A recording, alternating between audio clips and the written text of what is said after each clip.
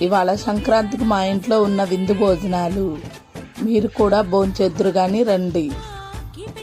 లడ్డు, మోతీచూర్ లడ్డు, మైసూర్ పాక్, పూతరేకులు, అరిసెలు, పొంగలి, సాల్ట్, చక్రాలు, ముద్దపప్పు,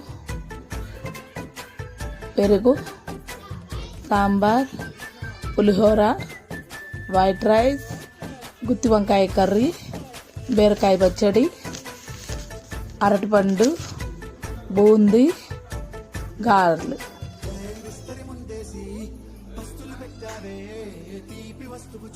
తృప్తిగా అయితే భోజనం అయిపోయింది. సంక్రాంతి అంటేనే సంబరాలమయం.